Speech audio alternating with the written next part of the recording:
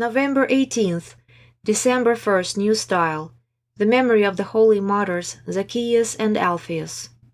In Palestinian Caesarea, when the 20th year of the emperor's rule was approaching, it was a customary practice to announce amnesty to prisoners.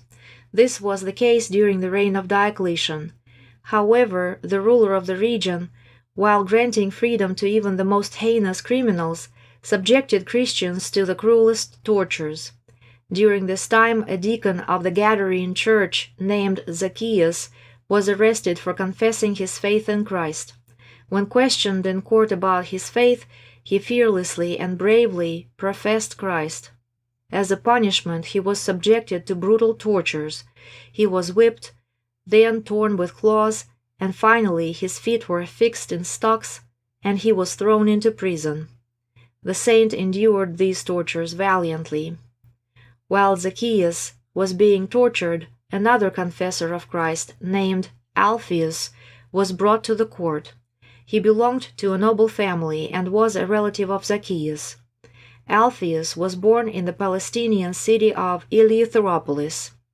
When the persecution of Christians initiated by Diocletian began, Alpheus held the position of a reader in the Caesarean church.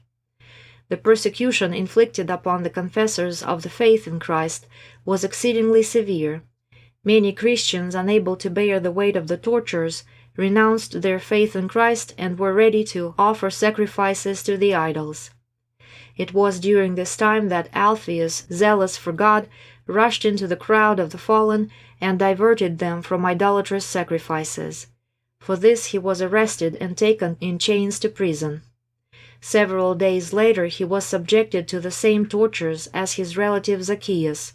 He was whipped, torn with claws, and finally his feet were fastened in stocks alongside the righteous Zacchaeus. In this position they endured a night and a day. Even after these tortures, the holy martyrs continued steadfastly confessing Christ without ceasing. Ultimately they were beheaded. Thus the holy martyrs, enduring many sufferings for the name of Christ, gave up their lives in martyrdom.